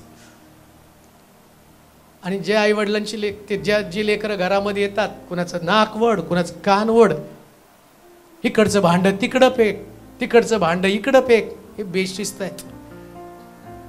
मग आपण पण म्हणतो ना ते पोरगले बेशिस्त आहे का, तर त्याच्या आईने त्याला छडी मार. माझ्यासमोर फेकून दाखव बरं. परवा अमित मला म्हणलं पहिल्यांदा मी तुमचा उपदेश ऐकला, तुमच्या उपदेशापेक्षा 1 डायलॉग मी जास्त ऐकला. कोण पोरगा फिरताय त्याला बसवा. म्हटलं अरे बापरे, मी घाबरलो म्हटलं त्या. पण नंतर मला कळलं. आणि मी कुठल्याही मीटिंगला इतके फिरतात मी स्टेजवर चालले शिडीपछाप सगळे, जे त्यांचे आई वडील त्यांना बसू शकत नाही मी बसवतो. का? शिस्त लेकरांना देवामध्ये टिकवून ठेवते. शिस्त पाहिजे शिस्त आहे की नाही. आपल्या देव टाकलेला फिरत होते की नाही लेकर? उभं राहा बरोबर, फिरत होते की नाही लेकर? 1 मिनिटात बसले का नाही? हा, साक्षीदार घेऊन आलोय मी. शिस्त. अरे माझं ऐकते, तुमचं ऐकत नाही. मी 1 तासात शिस्त लावू शकतो, 5-5 वर्षाचे झाले तर तुम्ही शिस्त लावू शकत नाही. उठायची बोलायची सगळी शिस्त लागली पाहिजे. आदर्श आई तुम्ही, आदर्श आईचं लक्षण आहे ते. तिने शिस्तीला महत्व दिलं. आणि परत सांगतो, तुमच्या लेकरांना लावा. कुणाला लावायची? आपलं उलट आहे, आपलं घालतंय गोंधळ आणि तू गपरे. शिस्त आपल्या घरातनं सुरू होती. आपल्या घरातनं लेकरांना शिस्त लावणं गरजेचं आहे. म्हणून त्या ठिकाणामध्ये पाहतो शमशोन मिस्त्री काय मोशे मिस्त्री लोकांबरोबर राहिला, पण तो मिस्त्री म्हणून नाही राहिला. शिस्त कशी आहे माहिती का? तुमची लेकरं जगामध्ये जातील, ते जगिक जीवन जगणार नाही, ते आत्मिक जीवन जगतील. हे शिस्त आहे. तुमच्या लेकरांच्या डोक्यामध्ये येणार आहे, अरे मी मिस्त्री नाही आहे, मी यहुदी आहे, मी इब्री आहे. ते तसली भाषा नाही बोलणार. जे शब्द, ज्या शिव्या ते देतात, ते शब्द तसल्या शिव्या ते देणार नाही. ते आल्यानंतर घरामध्ये आल्यावर धार्मिकच. मारो लक्षात घ्या, आम्ही इकडं येऊन देवाच्या मंदिरामधली सुंदर गीतं, सुंदर भक्ती, सुंदर आराधना करतो, आणि बाहेर गेल्यावर शिस्त नसल्या मुळामध्ये कधी घरामध्ये लेकरं शिव्या शिकतात माहिती का? जास्ती भांडता एक छोटं लेकर होतं, ते त्याला शिव्या देत होतं. आणि मी गेलो, त्याला म्हटलं काय रे, तुला अक्कल नाही का? एवढ्या घाणघाण शिव्या देतोस. म्हटलं कुठं शिकला? हा, आमची मम्मी याच्यापेक्षा भारी देते. म्हटलं आता कपाळाला मारण्याशिवाय करायला, याच्या मम्मीकडनंच हा ट्रेन झालेला आहे. जे तुम्ही बोलता ती तुमचे लेकरं बोलणार आहेत. तुम्ही जर घरामध्ये धार्मिक बोलाल, शिस्तीचं वातावरण तुमच्या घरातल्या लेकरांना धार्मिक करेल. आदर्श माता. दुसरा मुद्दा पाहूया.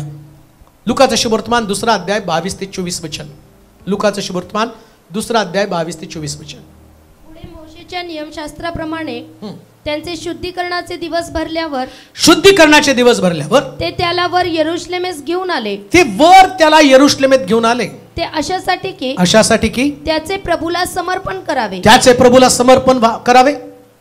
म्हणजे प्रथम जन्मलेला नर प्रभूसाठी पवित्र म्हटला जावा.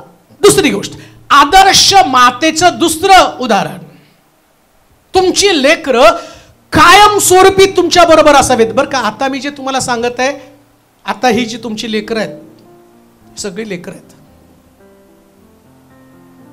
आणि आता ही लेकरं छोटी आहेत, पण ही लेकरं मोठी होणार आहेत. आणि ती मोठी झाली की तुम्हाला अडचण होणार आहे.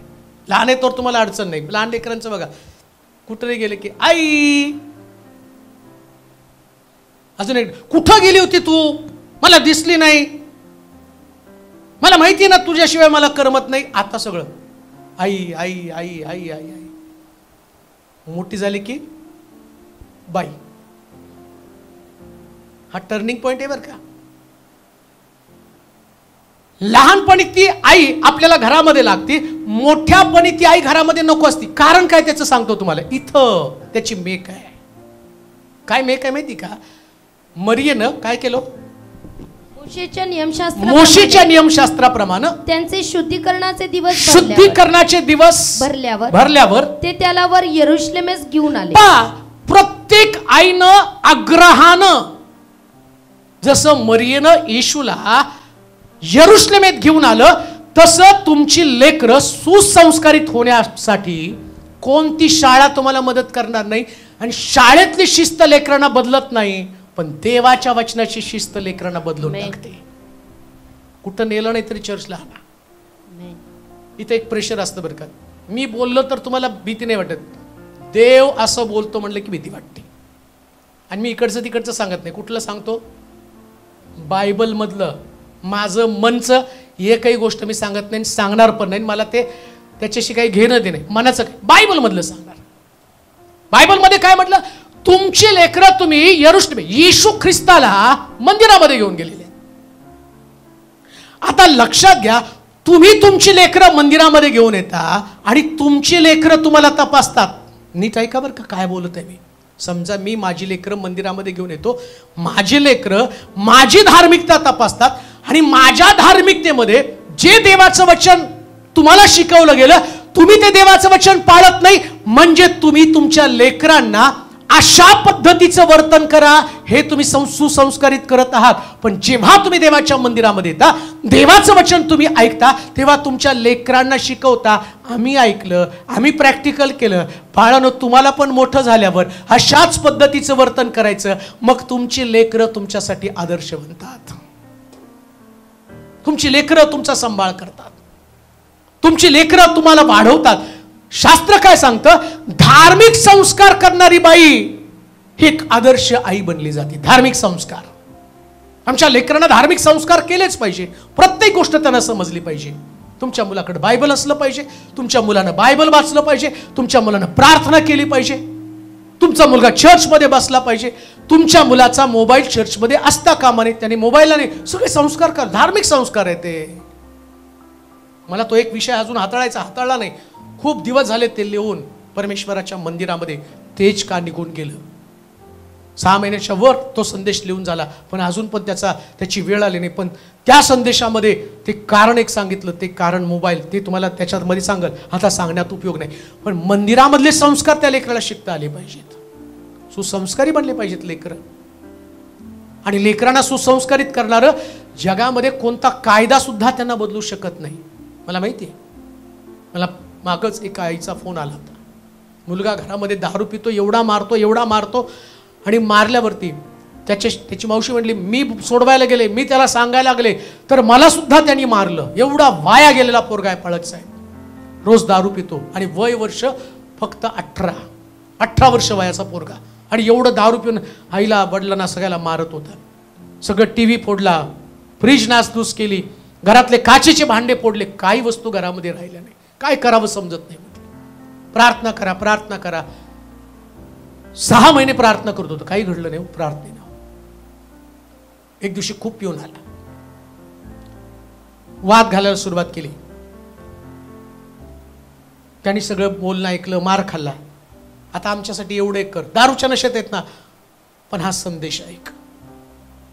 आणि तो संदेश मृत्यूनंतर पुढं काय, नरक कोणासाठी, ते संदेश एका पाठोपाठ त्याने ऐकायला सुरुवात केली. नरक कोणासाठी हे शब्द ऐकल्यावर खाडकणे त्याची नशा उतरली. तो पहिला संदेश ऐकला, दुसरा संदेश ऐकला, तिसरा संदेश ऐकला.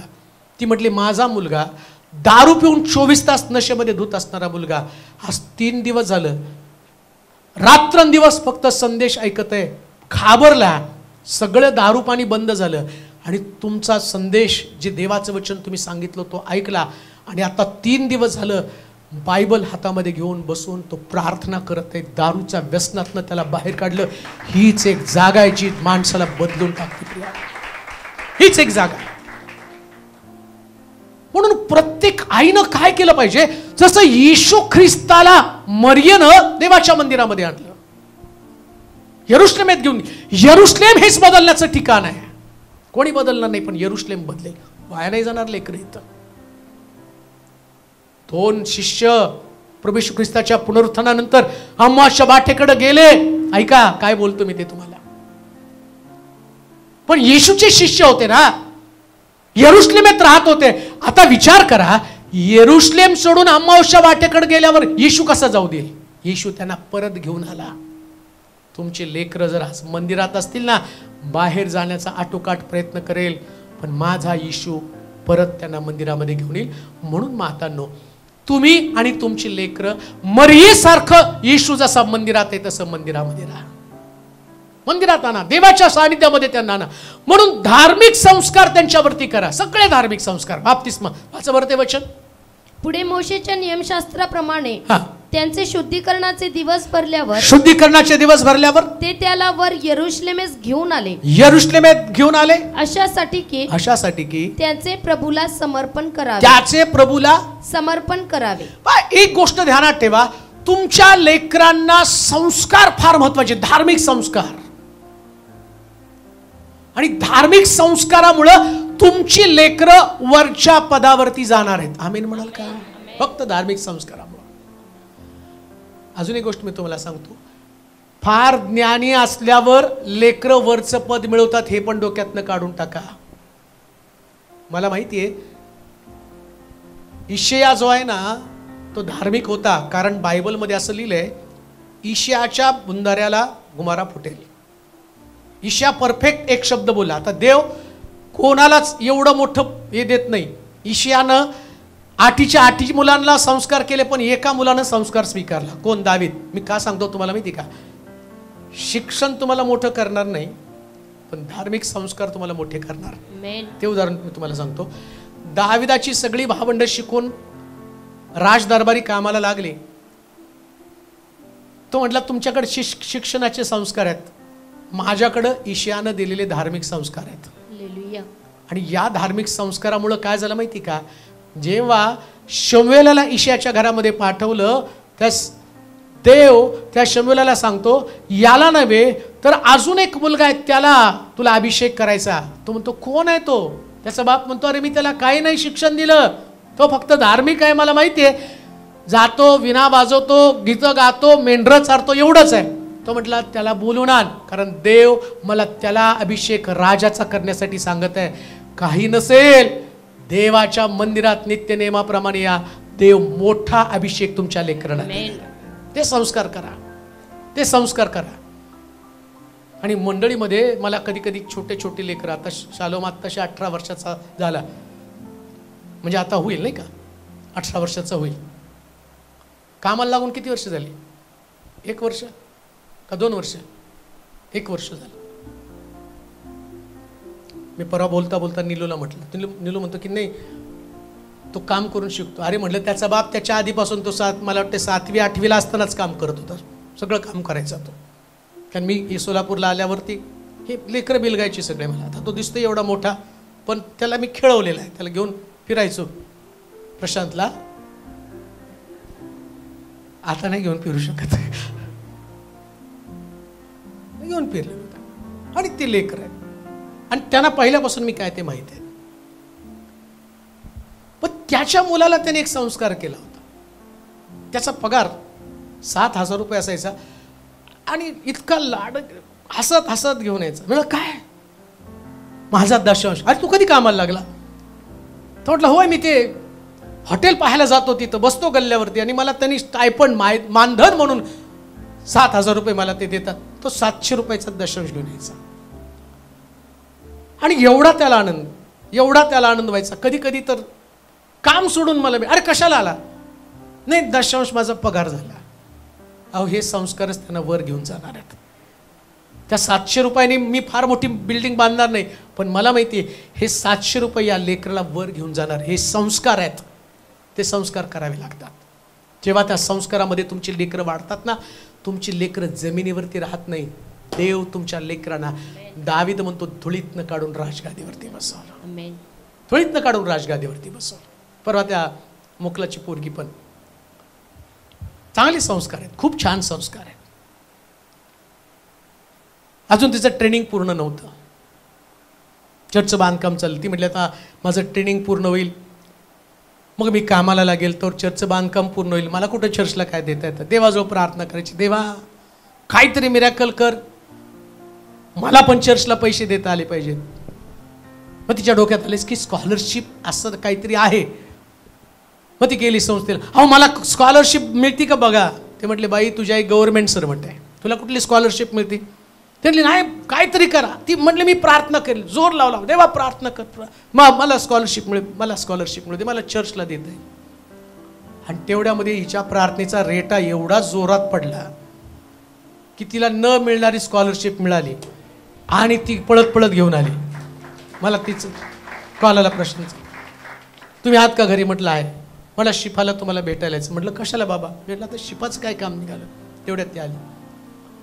ती म्हटली की मला स्कॉलरशिप मिळणार नव्हती, पण मी देवाजवळ प्रार्थना केली, देवा मला चर्चला द्यायचंय, मला चर्चला द्यायचंय, मी कामाला लागल्यावर याच्यापेक्षा देईल, पण आता चर्चला गरज आहे, तर मला स्कॉलरशिप मिळावी. आणि मला स्कॉलरशिप मिळाली. ही घ्या माझी स्कॉलरशिप. अख्खी स्कॉलरशिप तिने आणून चर्चच्या बांधकामासाठी दिली. कारण काय माहिती का? धार्मिक संस्कार. हे संस्कार तुमच्या लेकरांना उच्च पदावरती घेऊन जाणार आहे. हे संस्कार तुमच्या लेकरांना उच्च पदावरती घेऊन जाणार आहे. तुझं नाव काय रे बाबा? तू? अभिषेक. अभिषेक. अजून बाप्तिस्मा नाही का तुझं? हां, बाप्तिस्मा नाही, पण तो येतो नित्यनेमाप्रमाणे चर्चमध्ये येतो, ऐकतो देवाचं वचन. माहीत नाही त्याच्या आजीनं त्याच्यावरती काय संस्कार केले, पण मी त्यांच्या घरी पण जात होतो ना. मी त्यांच्या घरी गेल्यावर, भरपूर लांब त्यांचं घर कुंभारीला, तिथं गेल्यावरती ज्या पद्धतीनं बरोबर त्यांच्या आठवड्याचा सगळा पोरं कामाला जायचे, त्यांचा दशांश काढून ते तयार राहायचे आणि द्यायचे. हाच सुद्धा पोरगा काम करून शिकतोय, परंतु त्याच्या डोक्यामध्ये एक होतं की मी असं काम आहे, ते काम जर मला मिळालं, त्याचं बिल जर मला मिळालं तर सगळं चर्चला देऊन टाकेल. त्या पोराच्या स्वतःच्या गरजा खूप आहेत, परंतु एक संस्कार त्याच्या मनावरती होत्या. मला वाटतं 3 वेळा त्याचं ते बिल त्याने कसं तरी काढलं, आणून माझ्यासमोर ठेवत होता इतका आनंदाने. पास्टर, हे चर्चसाठी हे धार्मिक संस्कार आहेत. हे संस्कार एक आदर्श मातेचं लक्षण आहे. तुम्ही तुमच्या लेकरांवरती असे संस्कार करा. का? हे संस्कार देवाच्या मर्जीमध्ये त्यांना बसवतात. प्रभूच्या मर्जीमध्ये. येशू ख्रिस्त देवाच्या मर्जीतला व्यक्ती होता, म्हणून तो म्हटला, हे बापा, हे काय करतात त्यांना कळत नाही, यांना क्षमा कर. आणि त्याच्या पुढे जाऊन जसं तो म्हणतो, बाई हा पहा तुझा पुत्र योहान. मरिया येशू ख्रिस्ताला यरुशलेममध्ये घेऊन जात होती, तिने त्याचे सगळे संस्कार पूर्ण केले. तुम्ही तुमच्या लेकरांवरती सगळे संस्कार पूर्ण करा. येशू ख्रिस्त अपमानात पेरला गेला, गौरवात उठवला गेला. हे संस्कार आहेत. आज ते अपमानामध्ये, कठीण परिस्थितीमध्ये असतील, पण देवाच्या वचनामध्ये टिकून राहतील. लक्षात ठेवा, तुमची लेकरं अपमानात जीवन जगणार नाही, सन्मानानं जीवन जगतील. का? कारण तुम्ही आदर्श माता बनलं पाहिजे. आदर्श माता म्हणून फोकस करा लेकरांवरती. वाईट वाटलं तरी त्यांच्यावरती शिक्षण द्या. मी तर म्हणतो तुम्हाला एवढं सुसंस्कारित करता आलं पाहिजे तुमच्या लेकरांना. एक सुद्धा नियम त्यांनी देवाचा तोडू नये. एक सुद्धा नियम प्रिया, एक सुद्धा नियम नाही तोडला पाहिजे त्यांनी. प्रत्येक नियम काटेकोरपणे पाळता आला पाहिजे. जेव्हा तुमची लेक, तुम्ही त्याच्यावर अतिशय आग्रही असलं पाहिजे. नाही केलंच पाहिजे, चर्चला आलंच पाहिजे, प्रार्थना केलीच पाहिजे, वचन वाचलंच पाहिजे, थोरा मोठ्यांचा सन्मान केलाच पाहिजे, अपमान सहन केलाच पाहिजे. ख्रिस्तासारखं जीवन जगण्यासाठी तुम्ही त्यांना फोर्स करा. त्यासाठी प्रभूनं तुम्हाला मंदिरामध्ये आणलं. मंदिरामध्ये येण्यामागची धारणा काय? अजून एक गोष्ट मी तुम्हाला सांगतो. जी लेकरं, आई वडील ज्या लेकरांना धार्मिक संस्कारामध्ये वाढतात, ती लेकरं खालच्या पातळीवर कधीच राहत नाही. देव त्यांना वरच्या पातळीवरती नेतो. मागच्या दिवसामध्ये, आता वेळ एक 5 मिनिटं घेतो संपवतो. मला तर अजून फक्त 2 मुद्दे सांगितलेत. खूप मुद्दे आहेत, परंतु जाता जाता काही उदाहरणं देणं फार गरजेचं आहे. मी मागच्या दिवसामध्ये औरंगाबादला मीटिंगला गेलो होतो. आमची एक बहीण आहे, तिच्या घरामध्ये गेलो. तिने देवाचं वचन ऐकलं. त्या मीटिंगमध्ये देण्याविषयीचं अतिशय सुंदर सांगितलं गेलं. तिला प्रेरणा झाली. मला म्हटले घरी या. मी गेलो घरी. घरी मला तिने बोलवलं. गेल्यावर तिने तिच्या कानातलं, गळ्यातलं सगळं काढून, अंगठी काढून माझ्या हातामध्ये ठेवली. मी ह्याच्यासाठी दादा तुला बोलवलं होतं की चर्चसाठी मला द्यायचं. मी ते घेतलं आणि निघून आलो. त्यावेळी तिची परिस्थिती मला माहीत नव्हती काय आहे. आणि मग मी घरी आलो. काल तिचा मेसेज मला आला. म्हटली दादा, ज्या दिवशी तू माझ्या घरी आला त्याच्या अगोदर 2 महिन्यापूर्वी मला कामावून काढलं होतं. माझं सगळं उत्पन्न बंद झालं होतं. घरामध्ये पैसे नव्हते, सगळं संपलेलं होतं. पण त्या दिवशी मला असं वाटलं की आपण सगळं देवाला देऊन टाकावं. काय नाहीच ते, आता हे पण देवाला देऊन टाकू. मी ते देवाला देऊन टाकलं. मला खूप आनंद झाला की मी देवाला दिलं. त्यानंतर दादा तू गेला. गेल्यानंतर दुसऱ्या आठवड्यामध्ये मला तिकडून कॉल आला आणि जिथं मला 25,000 पगार होता तिथं मला 45,000 पगारावरती देवानं बोलवलं. 45,000 पगार. म्हणजे त्यावेळेस मला असं वाटलं की सगळं गेलं, पण दुसऱ्या क्षणाला प्रभूनं माझे संस्कार, माझी धार्मिकता पाहिली आणि देवानं मला 45,000 पगाराची नोकरी दिली. संस्कार तुम्हाला आहे तसं ठेवत नाही, वरच्या पातळीवरती नेतात. म्हणून लक्षात ठेवा, तुमच्या लेकरांना तुम्ही घडवणार कसं? संस्कारानं. येशू ख्रिस्ताला त्याच्या आईनं धार्मिक संस्कार दिले. एक आदर्श माता बना, लेकरांवरती संस्कार करा, देवाच्या वचनामध्ये त्यांना टिकवून ठेवा. एक गोष्ट ध्यानात ठेवा, तुम्ही जसं देवाच्या वचनामध्ये वाढाल ना तसं प्रभू तुमची प्रगती करेल. शमूएलचा भाऊ कुठे गेला? कुठे रे? उभा राहा बरं, बघा त्याला. उभं राहा ना, एवढं काय लाजायचं? हां, बघा जरा त्याचा चेहरा. बस बस खाली. काय वाटलं तुम्हाला त्याच्याकडे बघून? काय नाही वाटलं. उगाच टाइमपासला उभं केलं. त्याला काय मुलगी बघा म्हणून बघायला सांगितलं काय तुम्हाला? नुसतं बघा म्हणलं तर कशाला बघा? त्याला कामाला लावलं शमूएल. ठीक आहे, शाळेत डोकं नाही तो चल घरी नाही बसायचं, कामाला जा. गेला कामाला. एका शोरूम मध्ये तो काम करतो आणि मग त्याला 5,000, किती 5,000 आहे, 5,000 पगार. आता त्याचं शिक्षण आहे, आई वडील आहे, घरामध्ये सगळं आहे. मग हे लोक विचार करतील की चल अजून काय त्याचं वय आहे, शिकायचं काय आणि त्याला काय समजतंय. पण त्याचा पहिला पगार झाल्याबरोबर आला, तशाच द्यायचा आहे. आणि मला माहित नव्हतं त्याला कामाला लागलं. शमूएल हसत, तो कॉमेडीच हसत येतो, कधी पण यायचं. तो कधीच दुःखी नसतो. नाही याला मैत्रीला नेऊ नका, तिथं पण हसला, हसतच आला. म्हटलं काय नाही, याला कामाला लावलंय दशमी द्यायचं. अरे तू कधी कामाला लागला? बघू किती आहे. कारण मला त्यांनी दशमी दिला म्हणजे याचा पगार किती ते कळतं, तर तोंड्याने सांगणार. मग त्याने बघितलं 500 रुपये त्याचा दशंश. किती आनंद ना. तो संस्कार, काय संस्कार आहेत ते. मग आज त्याचा पगार 5,000 असेल, पण एक दिवस येईल त्याचा पगार 50,000 असेल. बरं का? असेल, हे 100% असणार. ही मंडळी मी अशीच उभी केली नाही, ही मंडळी अभिवचन भविष्यवाण्यावर उभी राहिलेली मंडळी. हे घडणार आहे. हे संस्कार तुमच्या लेकरांना वर घेऊन जाणार आहे. येशू ख्रिस्ताच्या आईनं ते संस्कार त्यांच्यावरती केले. तुम्ही तुमच्या लेकरांवरती संस्कार करा. आज तुमच्या लेकरांकडे काही नाही, पण धार्मिक संस्कार तुमच्या लेकरांना सगळं मिळवून देणार आहे. सगळं, बरं का, सगळं. खूप मला काही सांगायचं आहे, परंतु मला माहिती आहे की वेळेच्या अभावी मी इथं थांबेल आणि तुम्हाला आव्हान करेल, आदर्श माता बनून आपल्या लेकरांना घडवा. असं घडवा, घडलेलं पात्र देवानं आपल्या हातामध्ये घेऊन त्याने म्हणावं, जे बनवलं त्याच्यामध्ये मी होतील. म्हणून मी पाहतो त्या आईनं घरामध्ये कर्जबाजारी पण असताना आपल्या मुलाला म्हटलं भांड घेऊन ये. मुलगा भांड घेऊन आला आणि बायबल सांगतं त्या आईला मदत करत संस्कार करत ती म्हटली भांडान भरत जा. जर ती भांडी तुम्ही देवाकडे आणाल, आलिशानं सगळी भांडी भरली आणि सगळं कर्जबाजारीपणा निघून गेला. तुमच्या जीवनामध्ये तुमचं सगळं कष्ट निघून जाण्याचं माध्यम कोणतं असेल तर धार्मिक संस्कार. देव बाप तुम्हाला आशीर्वादित करू. आपले डोळे आपण बंद करू, आपल्या जागेवरती आपण उभं राहूया, नतमस्तक होऊया, आपल्या मान आपण लावूया. परमेश्वराचं वचन आपल्याकडे आलेलं आहे. जगभरामध्ये आज मदर्स डे, आईचा सन्मान दिवस म्हणून साजरा केला जात आहे. आम्ही लेकरं आहोत. देव आमच्याकडे मोठ्या आशेनं पाहत आहे. माझी स्वतःची आई, तिच्या बाबतीमध्ये मी कशा प्रकारची व्यक्ती आहे,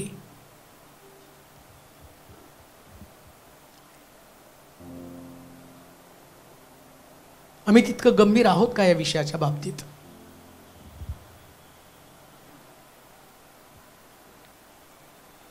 देवानं दिलेल्या जबाबदाऱ्या या पार पाडण्यासाठी आम्ही सतर्क आहोत का, हाही प्रश्न स्वतःला विचारायचा आहे.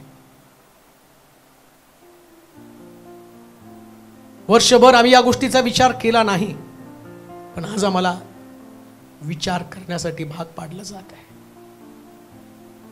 आईचा विचार करा, मुलांनी स्वतःचा विचार करा. एक आदर्श मुलगा मी आहे का? काही चुका आमच्याकडे वर्षभर घडल्या असतील, आई बरोबरचं नातं बिघडलेलं असेल, काही शब्दांना आम्ही तिला दुखावलं असेल, काही शब्द आमच्या मुखातून असे गेले असतील की त्याचं मन तुटलं असेल, तिच्या भावनांशी आम्ही खेळलो असेल, तिच्या मताची कदर कधी आम्ही केली नसेल.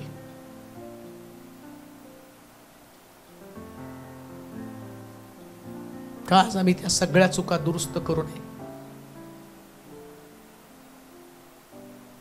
आई म्हणजे आईच आहे.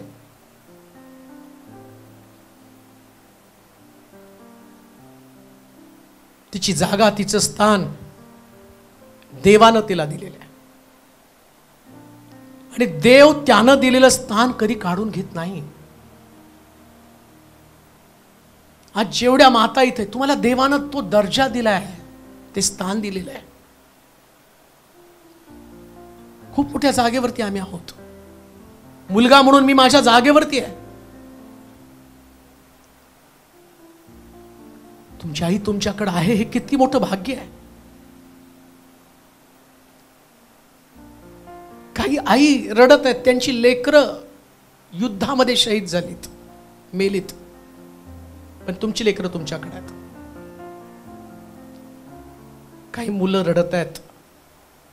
एक छोटा मुलगा, त्याची आई अपघातामध्ये गेल्यावर तो म्हणतो, 150 रुपयासाठी माझी आई मेली, मला कोण सांभाळणार? किती व्यथा आहे, किती कठीण आहे. रिक्षाच्या अपघातामध्ये रिक्षा चालकानं गाडी जोरात चालवली आणि त्या गाडीखाली त्याची आई मरून गेली, पण मुलगा अनाथ झाला. विचार करा, ते लेकरू तुम्ही नाही, तो मुलगा तुम्ही नाही. प्रभूनं एवढे वर्ष आम्हाला सांभाळू दिलं, आम्ही शिकलो, आम्ही मोठे झालो, आम्हाला मानाची जागा मिळाली. आठवण करू, ह्याला जबाबदार कोण आहे? माझी आई.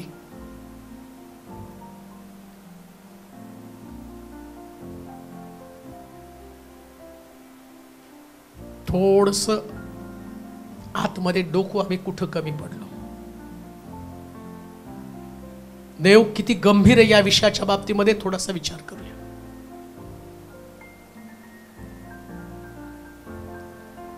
ज्यांच्याकडे लेकर आहेत, जे नव्यानं माता झाल्यात, तुम्ही धन्य आहात, तुम्ही धन्य आहात. ज्यांच्याकडे लेकर नाही, प्रभू त्यांना पण माता बनवणार आहे, तेही धन्य होणार आहेत, तेही धन्य होणार आहे. हे प्रेमळ देवा, आम्ही नम्रतेने तुझ्या समोर येतो. तुझ्या वचनाच्या बाबतीमध्ये आज आम्हाला तू विचार करण्यासाठी भाग पाडला. किती जबाबदारीचं पद आहे मुलगा म्हणून, किती जबाबदारीची जागा आहे आई म्हणून. आम्ही येतो, तुझं वचन ऐकतो, घरी जातो, आमची कामं करून जातो, पण व्यवहार जे आहेत ते व्यवहार मात्र तू तपासतो.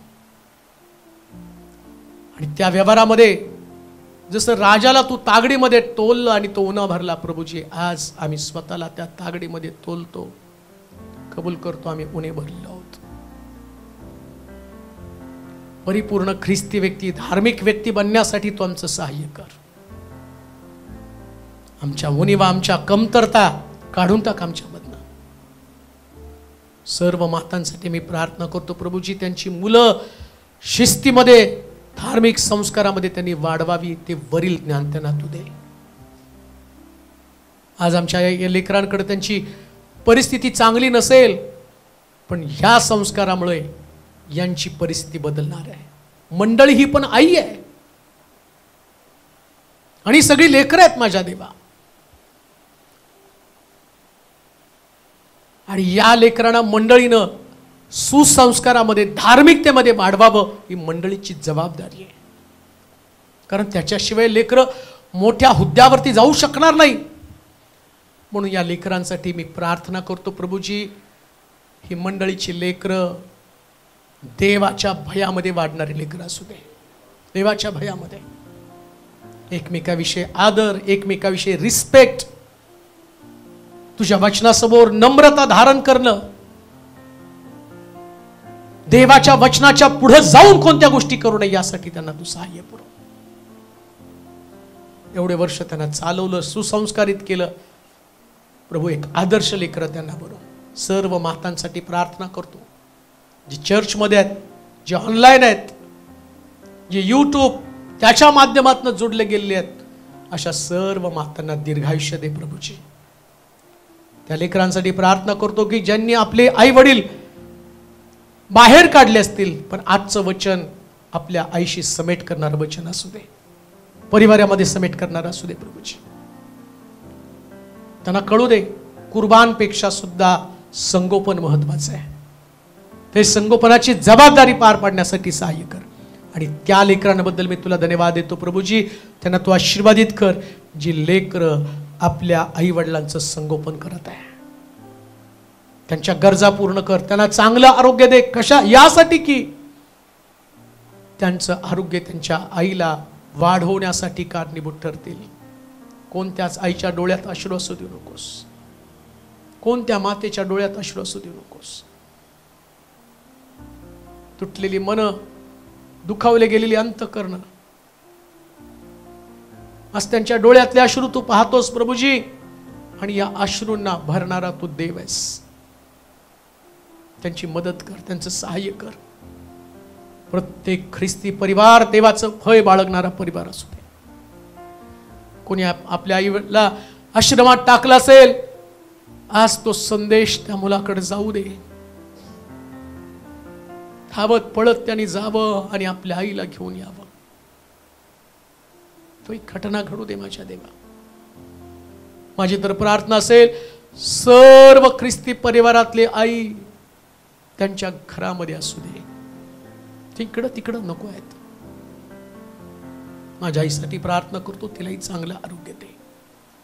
मंडळी ही देखील आई आहे प्रभूजी, याही आईमध्ये असणारे सर्व आजार काढ, तिला निरोगी बनव, तुझ्या इच्छेप्रमाणे तिला घडव, आणि प्रत्येक व्यक्तीनं याही आईचा सांभाळ करण्यासाठी कृपा पुरव। धन्यवाद देतो, तुझी स्तुती करतो, तुला महिमा, तुला आदर, तुला गौरव दे। येशूच्या नावात ही प्रार्थना विनवणी केली म्हणून तो ऐक, आमेन। आता देव बापाची प्रीती, प्रभू येशू ख्रिस्ताची कृपा, पवित्र आत्म्याची सहभागिता तुम्हा सर्वांबरोबर, विशेष करून सर्व मातांबरोबर आता आणि सर्व काळ राहू।